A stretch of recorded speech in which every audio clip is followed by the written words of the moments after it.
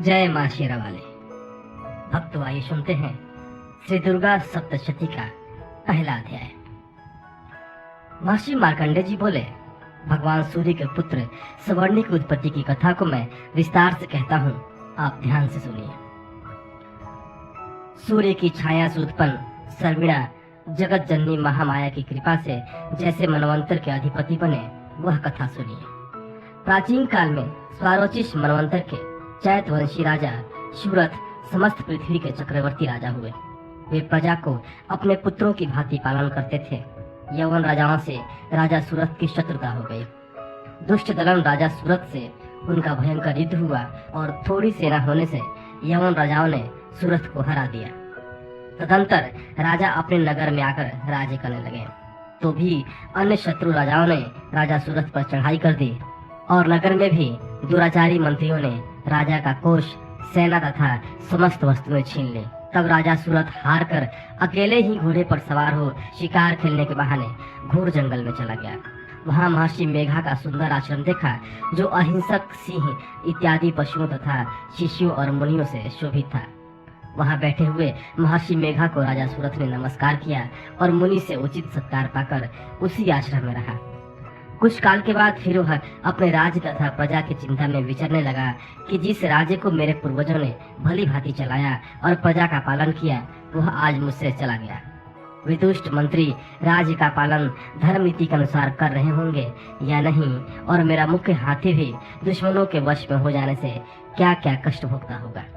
जो आज्ञाकारी नौकर नित्य प्रसन्नता से धन और भोजन प्राप्त करते थे, अब उन दुष्ट राजाओं के आश्रय में रहकर कष्ट पाते होंगे। मंत्री राज्य के धन को कुमार्ग में व्यर्थ ही अपव्यय करते होंगे। जो धन मेरे पूर्वजों ने बड़े कष्ट से संग्रह किया था, सो नष्ट हो गया होगा। इसी प्रकार वह राजा राज्य की सभी बातों की चिंता करने लगा। कुछ समय पश्चात एक दिन आश्रम के समीप एक वैश्य को आते देखा, तो राजा ने उससे पूछा कि अरे भाई, तुम कौन हो और यहाँ क्यों आए हो? तुम्हारा मलिन मुख शोक युक्त क्यों दिखाई देता है? इस प्रकार राजा सूरथ की बातों को सुनकर उस समाधि नाम के वैश्य ने राजा सूरथ से कहा कि हे राजन, मैं समाधि नाम का एक वैश्य हूँ। मेरा जन्म धनवान कुल में हुआ। मेरे दुष्ट स्त्री पुत्र आदि ने मुझे धन के लोभ में घर से निकाल दिया है। मेरा धन छीन लिया और मैं धन, स्त्री, पुत्र से रहित हूँ। अब मैं अकेला दुखी होकर इस वन में आया हूँ। मुझे अपनी स्त्री बंधुओं का कुछ पता नहीं। मैं यहाँ रहने के कारण अपनी स्त्री, पुत्र तथा स्वजनों की परिस्थिति को नहीं जानता कि वे इस समय अपने स्थान पर सुखी हैं या दुखी। मैं यह भी नहीं जानता कि मेरे पुत्र सदाचारी हैं या व्यभिचारी। राजा बोला, जिन स्त्री पुत्र आदि ने तेरे धन संपत्ति को छीन लिया है, फिर उन्हीं के स्नेह में तेरा मन क्यों जाता है? वैश्य बोला, आपने मेरे विषय में जो बातें कही वे वास्तव में सत्य हैं, परंतु मैं क्या करूं? मेरा चित्त फिर भी उन्हीं में आसक्त होता है। क्या करूं? इन स्वजनों के निर्मोही होने पर भी मेरे मन में उनके प्रति प्रेम है। मार्कंडेय ऋषि बोले, द्विश्रेष्ठ। तत्पश्चात राजा सूरथ और समाधि वैश्य दोनों मिलकर मेघा मुनि के समीप गए और प्रणाम करके बैठकर मेधा ऋषि के साथ कथा प्रसंग करने लगे। राजा बोला, हे भगवान, मैं आपसे एक बात पूछना चाहता हूँ, आप कृपा करके बताओ। हे महाराज, मेरा मन वश में नहीं है, इससे मन दुखित है। गए हुए राजे तथा अन्य सभी स्त्री, पुत्र, बांधवों की ममता मुझ में अभी तक बनी हुई है। हे मुनिश्रेष्ठ, यह जानते हुए भी मेरा स्नेह उनसे अज्ञानियों की भांति विशेष बढ़ता जाता है और इस समाधि वैश्य को इसके स्त्री पुत्र आदि ने त्याग दिया है तथा इसे घर से बाहर निकाल दिया है। यह भी उनमें अत्यंत आसक्त रहता है। इसी तरह हम दोनों बहुत दुखी हैं। हे महाभाग, उनके दोषों को जानते हुए भी हम दोनों का हृदय उनके प्रति ममता में आसक्त रहता है। इतना ज्ञान होते हुए भी ऐसी ममता क्यों है? हम दोनों को अज्ञानियों की भांति मूढ़ता क्यों उत्पन्न हो रही है? महर्षि मेधा ने कहा, समस्त तंतुओं को जानने योग्य ज्ञान होता है। हे महाभाग, सभी प्राणी अलग अलग होते हैं। कोई दिन में नहीं देखते, कोई रात्रि में नहीं देखते, और कोई दिन रात्रि में बराबर देखते हैं। पुरुष ज्ञान युक्त है, यह सत्य है, इसमें संदेह नहीं।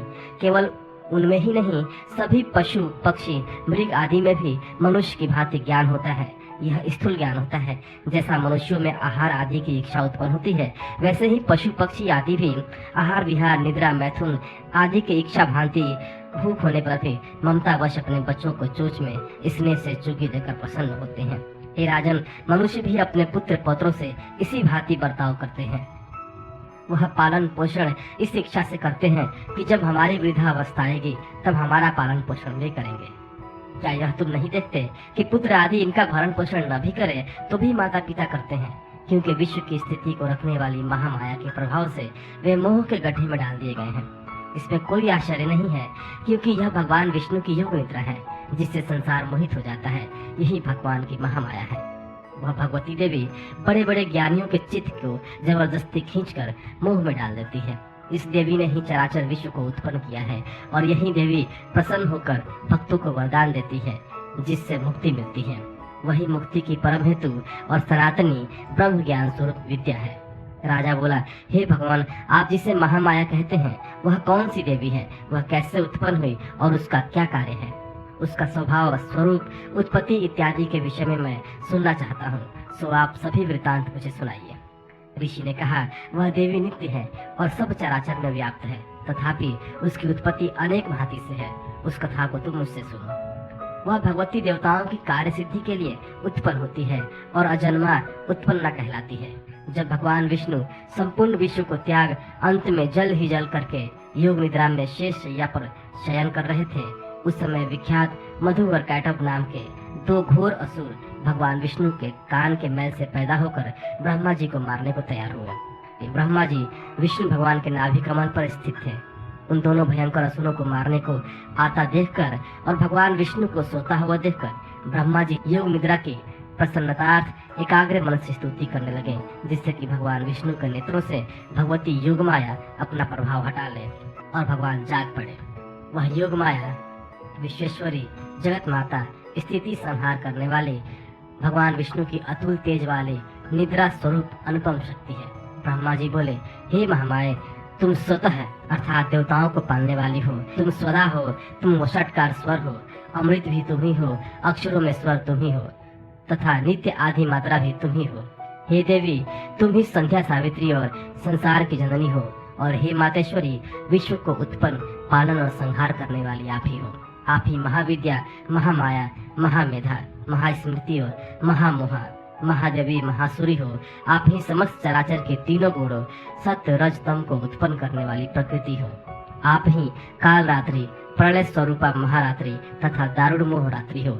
आप खड़ग, शूल, घोर गदा, चक्र, शंख, धनुष, बाण, भुषुंडी, परिधि आदि अस्त्र शस्त्रों को धारण करने वाली हो। हे देवी, आप ही सौम्यता हो तथा संसार में आप ही अति सुंदर हो। पर और अपराधों में श्रेष्ठ आप ही परमेश्वरी हो। जो इस विश्व की रचना, पालन और संहार करते हैं, उन भगवान विष्णु को आपने अपनी निद्रा वश कर लिया है। फिर भला बताइए, और कौन आपके प्रार्थना करने में समर्थ है, जबकि आपने भगवान विष्णु, शंकर तथा मुझसे यह शरीर ग्रहण कर लिया है। आप तो अपने प्रभाव से स्वयं प्रशंसित हो। मधु और कैटभ नाम के इन महादुष्टों को आप मोह लीजिए और विश्वपति भगवान अच्युत को जगाइए। इन दोनों महासुरों का संहार करने के लिए भगवान को बुद्धि दीजिए। ऋषि बोले, इस प्रकार जब ब्रह्मा जी ने मधु और कैटभ असुरों के संहार के लिए तथा भगवान विष्णु को जगाने के लिए तामसी देवी की प्रार्थना की, तो उसी समय भगवान विष्णु के नयन, मुख, नाक, भुज, हृदय और वक्षस्थल से निकलकर अव्यक्त योग माया उपस्थित हो गई और योग निद्रा से भगवान जाग गए। तदंतर भगवान विष्णु ने उन पराक्रमी, वीर्यवान मधु और कैटभ असुरों को देखा, ब्रह्मा जी को खाने के लिए जिनकी आंखें लाल हो रही थी। तब भगवान विष्णु ने शेष शैया से उठ उन असुरों से 5000 वर्ष बाहु युद्ध किया। अति बलशाली महाउन्मत्त दोनों असुरों को महामाया ने मोहित कर रखा था। अतः दुष्टों ने भगवान से कहा कि आप हमसे वरदान मांगो। भगवान ने कहा, यदि तुम मुझ पर प्रसन्न हो तो मेरे हाथ से तुम्हारी मृत्यु हो, मैं तो केवल यही वर चाहता हूँ। ऋषि ने कहा, इस भांति जब भगवान उनसे यह वरदान ले लिया तो वे भगवान से कहने लगे कि हमें सर्वत्र जल ही जल दिखाई देता है, इसलिए हे भगवान, हमारा वध उस स्थान पर कीजिए जहाँ पृथ्वी पर पानी न हो। ऋषि मेधा ने कहा, तब भगवान विष्णु ने शंख, चक्र, गदा धारण किए और उससे तथास्तु कहे दोनों के सिर अपनी जांघों पर रखकर चक्र से काट दिए। इस प्रकार यह महामाया देवी श्री ब्रह्मा जी की प्रार्थना करने पर स्वयं उत्पन्न हुई है। राजन, मैं अब इसके प्रभाव को बताता हूँ, आप ध्यान से सुनो। अगले भाग में आप दुर्गा सप्तशती के दूसरे अध्याय को जानेंगे। जय मां शेरा वाली।